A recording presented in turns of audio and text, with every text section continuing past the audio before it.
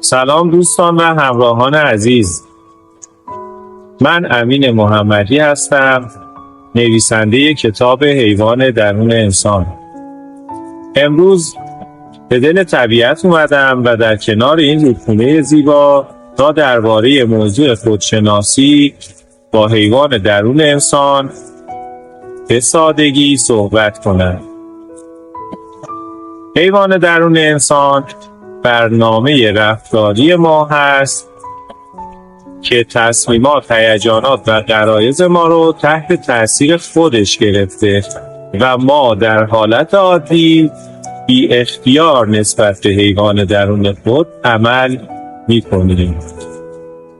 خیلی از شما دوستان از من خواسته بودید که جلوی دوربین بیام درباره خودم، کتابم، موضوع خودشناسی، این که حیوان درون دروازه بزرگ خودشناسی هست صحبت کنم و توضیحات و بخش آموزشی پیج که متصل به کتاب هست رو اینجا به اشتراک بذارم.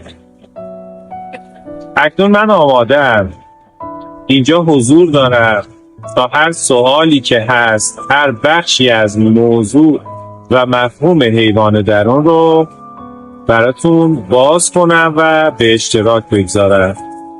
پیشاپیش از همراهی شما سپاسگزارم و امیدوارم که بتونیم اینجا در کنار هم زندگی آگاهانه تری بسازیم و از دروازه بزرگ خودشناسی با حیوان درون انسان بهره مند بشیم.